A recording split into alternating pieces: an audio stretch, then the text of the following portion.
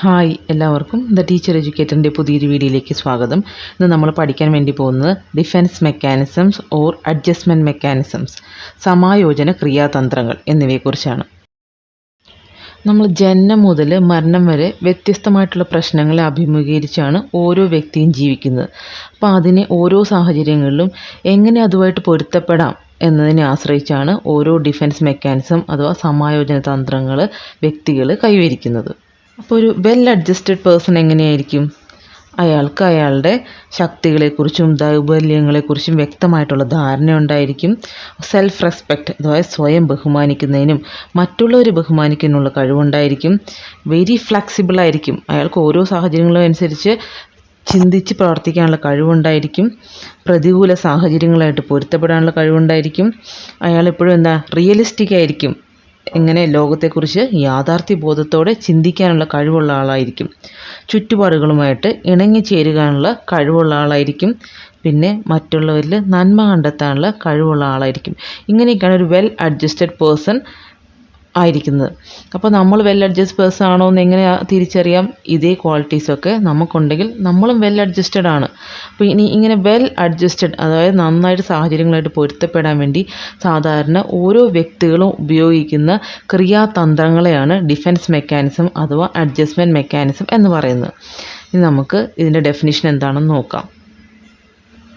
A defense mechanism is an unconscious psychological strategy adopted by the individual to tackle a frustrating situation.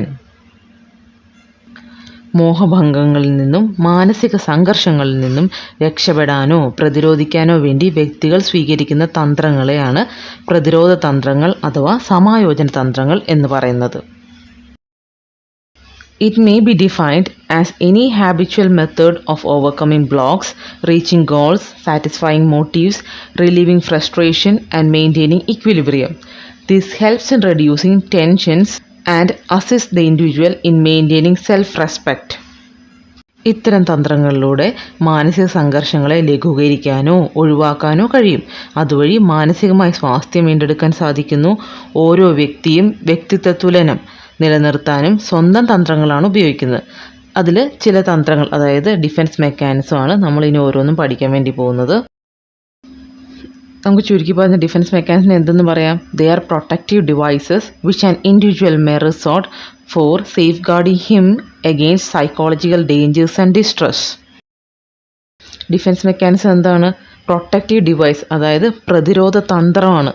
നമുക്ക് നമ്മുടെ അഭിമാനത്തെ സംരക്ഷിക്കാനും നമ്മുടെ മാനസിക സ്വാസ്ഥ്യം നിലനിർത്താൻ വേണ്ടി സ്വയം കണ്ടെത്തുന്ന പ്രതിരോധ മാർഗങ്ങളെയാണ് അഡ്ജസ്റ്റ്മെൻറ്റ് മെക്കാനിസം അഥവാ ഡിഫെൻസ് മെക്കാനിസം അല്ലെങ്കിൽ സമായോജന ക്രിയാതന്ത്രങ്ങൾ എന്ന് പറയുന്നത്. നമുക്ക് ഓരോ ഡിഫെൻസ് മെക്കാനിസവും നോക്കാം. Denial, repression, rationalisation, sublimation, compensation, projection, identification, regression and aggression. Denial എന്ന് വെച്ചാൽ നിഷേധം, റിപ്രഷൻ ദമനം, റാഷണലൈസേഷൻ യുക്തീകരണം, സബ്ലിമേഷൻ ഉദാത്തീകരണം, കോമ്പൻസേഷൻ അനുപൂരണം, പ്രൊജക്ഷൻ പ്രക്ഷേപണം, ഐഡൻറ്റിഫിക്കേഷൻ താദാത്മ്യീകരണം, റിഗ്രഷൻ പശ്ചാത്ഗമനം, അഗ്രഷൻ ആക്രമണം. ഇനി ഓരോന്നും വിശദമായിട്ട് നോക്കാം. ആദ്യത്തേത് സിമ്പിൾ ഡിനയൽ അഥവാ ഡിനയൽ നിഷേധം. The simplest way to maintain the balance of the personality is to deny the fact outrightly so that conflict may not have a place in the mind. അരോചക യാഥാർത്ഥ്യത്തിൽ നിന്നും സ്വയം രക്ഷപ്പെടുന്നതിന് ചിലർ സ്വീകരിക്കുന്ന മാർഗമാണ് യാഥാർത്ഥ്യത്തെ നിഷേധിക്കുക എന്നത്. അപ്പോൾ ഇഷ്ടമല്ലാത്തത് കണ്ടില്ലെന്നടിക്കുക, വിളിച്ചാൽ കേട്ടില്ലെന്നടിക്കുക തുടങ്ങിയൊക്കെ നിഷേധം അഥവാ ഡിനയലിന് ഉദാഹരണമാണ്.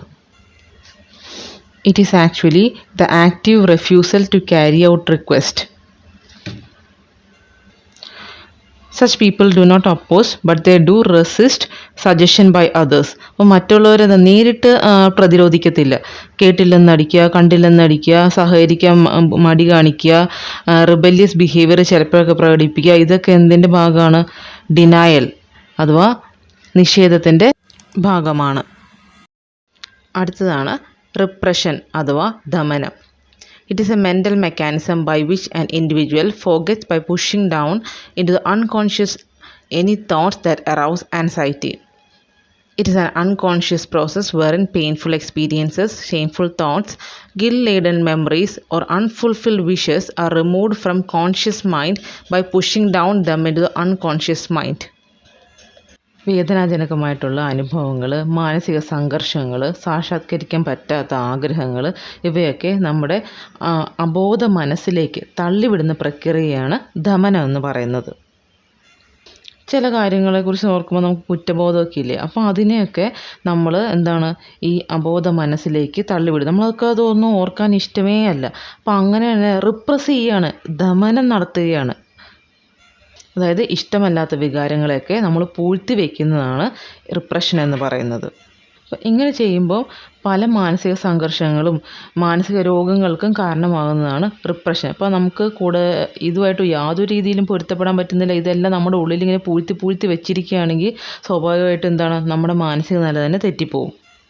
അപ്പം ധൈര്യമായിട്ട് പ്രശ്നത്തെ നേരിടുകയാണ് ദമനത്തിനുള്ള പ്രതിവിധി. റിപ്രഷൻ ഓവർകം ചെയ്യാൻ വേണ്ടി എന്താണ് ചെയ്യേണ്ടത്? We have to face the fact. അടുത്തതാണ് റാഷണലൈസേഷൻ അഥവാ യുക്തീകരണം. Rationalization is a face-saving device by which the individual justifies his shortcomings, failures, and incompetence by giving false reasons. This reduces his guilt feeling and restores his ego. Rationalisation എന്ന് വെച്ചാൽ യുക്തീകരണമാണ്. അത് സാധാരണയായിട്ട് എല്ലാവരും തന്നെ ഉപയോഗിക്കുന്നൊരു defence മെക്കാനിസമാണ്. അപ്പോൾ ഇതിലൂടെ എങ്ങനെയാണ് വ്യക്തി തൻ്റെ ബലഹീനതകൾ, പരാജയങ്ങൾ, കഴിവുകേടുകൾ തുടങ്ങിയൊക്കെ തെറ്റായ കാരണങ്ങൾ വഴി ന്യായീകരിക്കുന്നു. അതായത് ന്യായീകരിക്കുകയാണ്, അതെൻ്റെ കയ്യിലെ കുഴപ്പം കൊണ്ടല്ല എന്നുള്ള രീതിയിൽ റാഷണലൈസ് ചെയ്യുന്നതിനെയാണ് ആ ഡിഫെൻസ് മെക്കാനിസമാണ് റാഷണലൈസേഷൻ അഥവാ യുക്തീകരണം എന്ന് പറയുന്നത്. നമുക്ക് 2 ടൈപ്പ് ഉണ്ട്. sour grapeism and sweet lemonism. It's some kind of excuse-making process which operates mainly in 2 common forms, sour grapeism and sweet lemonism. എങ്ങനെയാണ് റാഷണലൈസേഷൻ അഥവാ യുക്തീകരണം എന്ന് വെച്ചാൽ നമ്മുടെ ഒരു എക്സ്ക്യൂസ് എല്ലാത്തിനും അല്ല, ഇല്ല, അതല്ല, കുഴപ്പമില്ല എന്നൊക്കെ പറയില്ലേ, അതാണ് യുക്തീകരണം അഥവാ റാഷണലൈസേഷൻ. ഇനി ഈ സോർ ഗ്രേപ്പിസം, സ്വീറ്റ് ലെമണിസം എന്താണെന്ന് നമുക്ക് നോക്കാം. Sour grapeism. It is something we cannot get becomes something we did not want anyway. Here, the individual attempt to rationalize his external conditions rather than upon his own inability. പണ്ടത്തെ ഈ soap കഥകളിലൊക്കെ ഉള്ള കുറുക്കൻ്റെ കഥയില്ലേ, കിട്ടാത്ത മുന്തിരിങ്ങ പുളിക്കുന്ന്, അത് തന്നെയാണ് ഈ സോർ ഗ്രേപ്പിസം എന്ന് പറയുന്നത്. നമുക്കത് കിട്ടില്ല, നമ്മളെക്കൊണ്ട് കഴിയില്ല എന്നറിയാം. അപ്പോൾ നമ്മൾ എന്ത് ചെയ്യും? അത് വേണ്ട, അതൊന്നും കിട്ടിയാൽ അത്ര നല്ലതൊന്നുമല്ല എന്ന് പറയത്തില്ലേ, അതിനെയാണ് ആ സോർ ഗ്രേപ്പിസം എന്ന് പറയുന്നത്. അപ്പോൾ നമ്മളൊരു നെറ്റ് എക്സാമിന് എഴുതുകയാണ്, അപ്പോൾ നമ്മളത് തോറ്റുപോയി. അപ്പോൾ അവർ പറയുകയാണ്, ഞാൻ തോറ്റുപോയത് ഞാൻ പഠിക്കാത്തതുകൊണ്ടല്ല, ഞാൻ തോറ്റുപോയത്. എന്തുകൊണ്ടാണ്? ഇഷ്ടം പോലെ UGC പാസ്സായി, നെറ്റ് പാസ്സായി, ജോലി ഇല്ലാത്തവരിക്കുന്നുണ്ട്, ഇനിയിപ്പോൾ ഞാനും കൂടെ ആ അവസ്ഥയിൽ ഇരിക്കേണ്ട ആവശ്യമില്ലല്ലോ എന്ന് പറയത്തില്ലേ, അതിനെയാണ് റാഷണലൈസേഷൻ. സോർ ഗ്രേപ്പിസം റാഷണലൈസേഷൻ. ഇത് കിട്ടാത്ത മുന്തിരിങ്ങ പുളിക്കും. റാഷണലൈസേഷൻ്റെ അടുത്ത ഫോമാണ് സ്വീറ്റ് ലെമണിസം, അതായത് മധുരിക്കുന്ന നാരങ്ങ. This refers to the attitude that what is already achieved is better than something that is usually considered more desirable by others. നമുക്കൊരു ഉദാഹരണം നോക്കാം.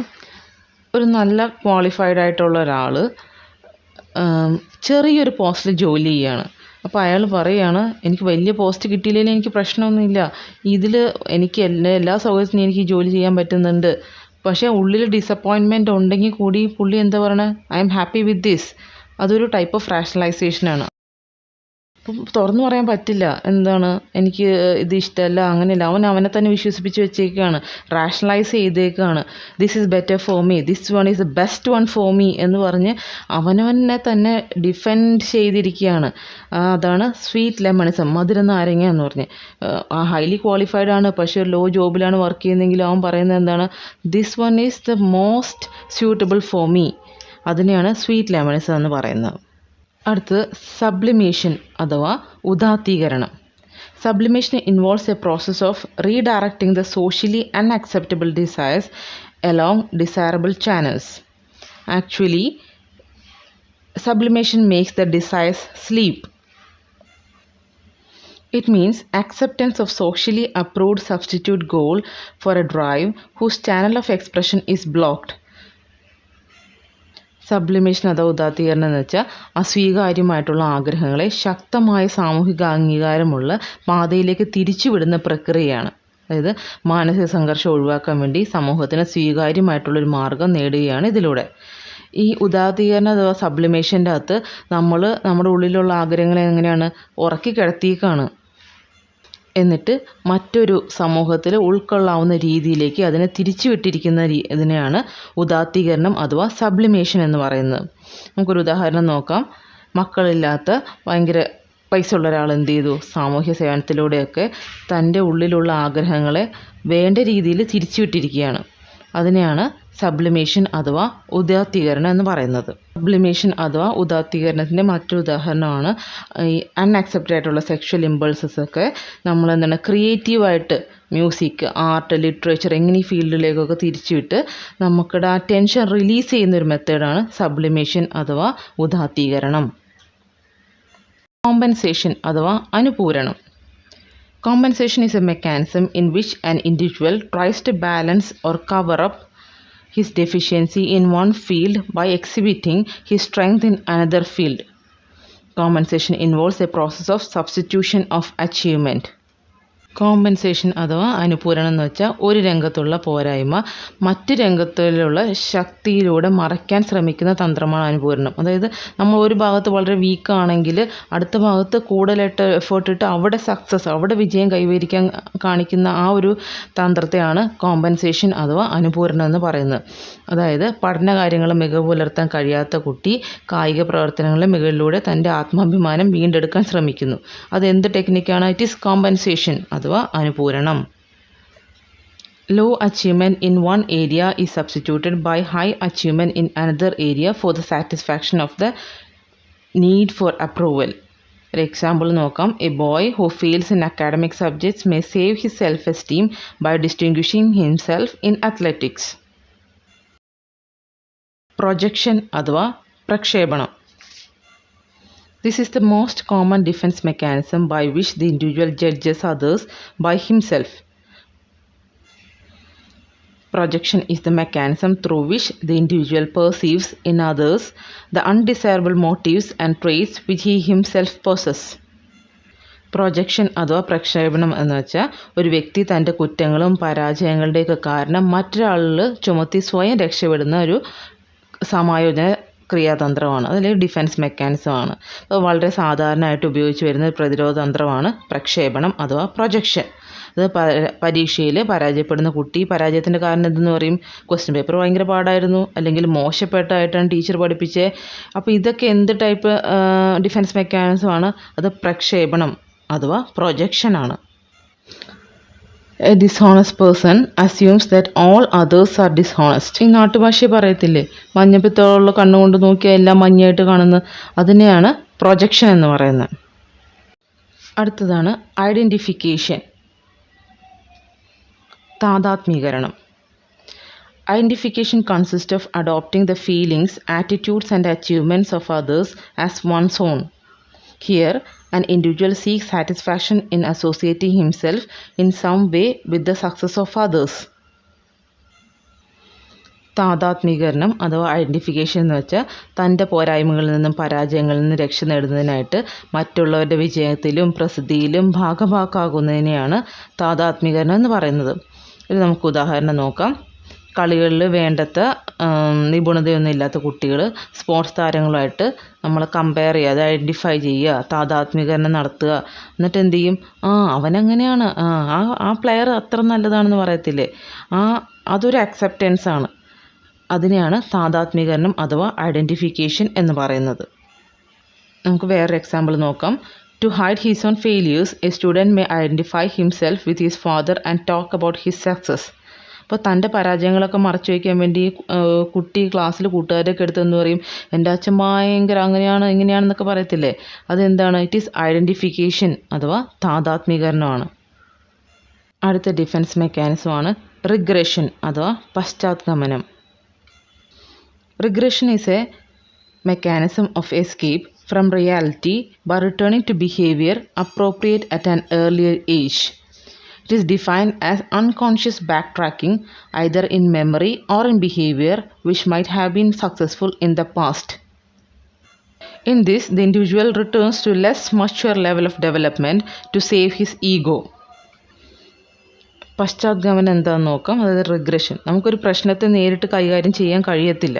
അപ്പോൾ അതിനെന്ത് ചെയ്യും, നമ്മൾ മുൻകാല പ്രായത്തിലേക്ക് അല്ലെങ്കിൽ മുൻകാല സമായോജനത്തിലേക്ക് തിരിച്ചു പോകുന്ന പ്രവൃത്തിയാണ് പ്രതിഗമനം അഥവാ പശ്ചാത്ഗമനം എന്ന് പറയുന്നത്. ഇത് മാതാപിതാക്കൾ കൂടുതൽ ശ്രദ്ധിക്കാനായിട്ട് ഒരു 7-8 വയസ്സുള്ള കുട്ടി തീരെ ശിശുവിനെ പോലെയൊക്കെ പെരുമാറുന്നത് എന്തിനുദാഹരണമാണ്? ഇറ്റ് ഈസ് റിഗ്രഷൻ അഥവാ പശ്ചാത്ഗമനം.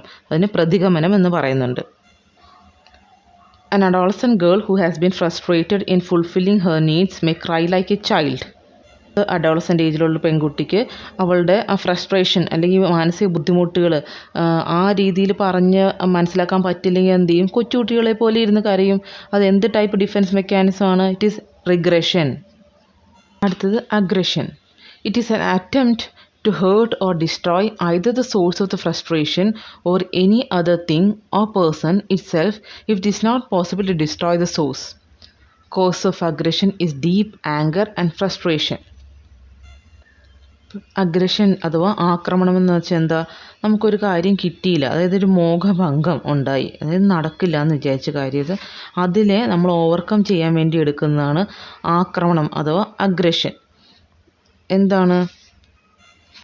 To hurt or destroy either the source of frustration or anything or person itself. അതായത് നമുക്ക് ഈ ദേഷ്യം വരാനുള്ള കാര്യം എന്ത് സാഹചര്യമാണ് ഉണ്ടായത് അവയെ ഒന്നെങ്കിൽ നശിപ്പിക്കുക അല്ലെങ്കിൽ ആ ദേഷ്യം നമ്മളോട് തന്നെ തീർക്കുക. ഇതിനെയാണ് അഗ്രഷൻ എന്ന് പറയുന്നത്. ഇപ്പോൾ ഒരു ഉദാഹരണം നോക്കാം. അച്ഛൻ കുട്ടീനെ വഴക്ക് പറഞ്ഞു. അപ്പോൾ കുട്ടിക്ക് അച്ഛൻ്റെ അടുത്ത് തിരിച്ചു പോയി ചെയ്യാൻ പറ്റുന്നില്ല.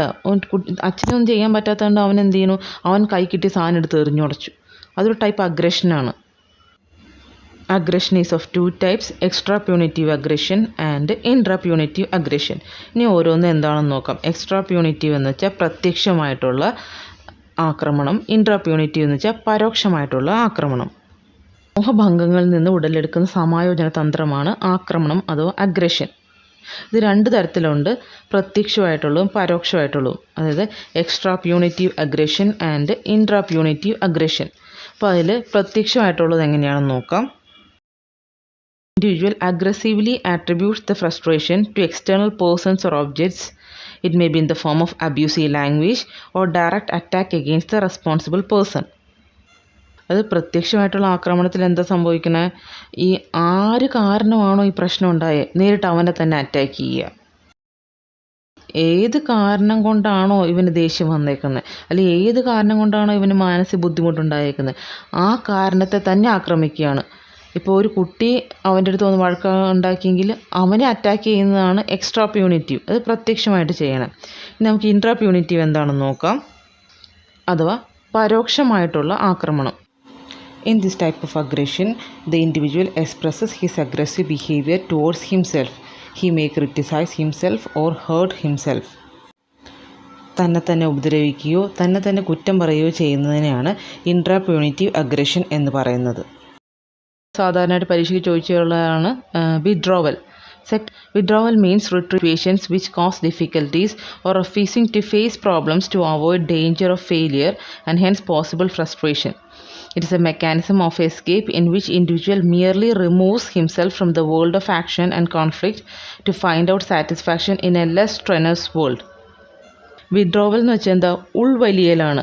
നമുക്ക് ആ സാഹചര്യങ്ങൾ നേരിടാൻ കഴിയില്ലെങ്കിൽ എന്ത് ചെയ്യും? എല്ലാത്തിൽ നിന്നും പിന്മാറി തന്നിലേക്ക് തന്നെ ആയിട്ട് നിൽക്കുന്ന ആ അവസ്ഥയാണ് വിഡ്രോവൽ എന്ന് പറയുന്നത്. അപ്പോൾ നമ്മൾ ഈ ഉണ്ടാകുന്ന ബുദ്ധിമുട്ടുള്ള സാഹചര്യത്തിൽ നിന്ന് രക്ഷപ്പെടാൻ വേണ്ടിയാണ് ഓരോ വ്യക്തിയും ഈ വിഡ്രോവൽനെസ് കാണിക്കുന്നത്. അപ്പോൾ അതിന് ഉദാഹരണമാണ് day dreaming, becoming sleepy or drowsy, using narcotics etcetera. ഇപ്പോൾ എന്താണ്? നമ്മൾ ദിവാസ്വപ്നം കൊണ്ടിരിക്കുക, ഉറക്കം തൂങ്ങിയിരിക്കുക, നർക്കോട്ടിക്സ് ഒക്കെ യൂസ് ചെയ്യുക, ഇതൊക്കെ എന്തിൻ്റെയാണ്? It is a kind of withdrawal, ഉൾവലിയലാണ്. ഇപ്പോൾ നമ്മൾ പ്രധാനമായിട്ടും 10 തരത്തിലുള്ള ഡിഫെൻസ് മെക്കാനിസം അഥവാ സമായോജന ക്രിയാതന്ത്രങ്ങളാണ് കണ്ടേക്കുന്നത്. ഏതൊക്കെയാണെന്ന് ഒന്നും കൂടെ നോക്കാം. സിമ്പിൾ ഡിനയൽ, നെഗറ്റിവിസം ഓർ നിഷേധം, അടുത്ത് റിപ്രഷൻ അഥവാ ദമനം, റാഷണലൈസേഷൻ യുക്തീകരണം, സബ്ലിമേഷൻ ഉദാത്തീകരണം, കോമ്പൻസേഷൻ അനുപൂരണം, പ്രൊജക്ഷൻ പ്രക്ഷേപണം, ഐഡൻറ്റിഫിക്കേഷൻ താദാത്മീകരണം, റിഗ്രഷൻ പശ്ചാത്ഗമനം, അഗ്രഷൻ ആക്രമണം, പിന്നെ വിഡ്രോവൽ. എല്ലാവർക്കും നന്നായിട്ട് മനസ്സിലായെന്ന് വിചാരിക്കുന്നു. Thank you.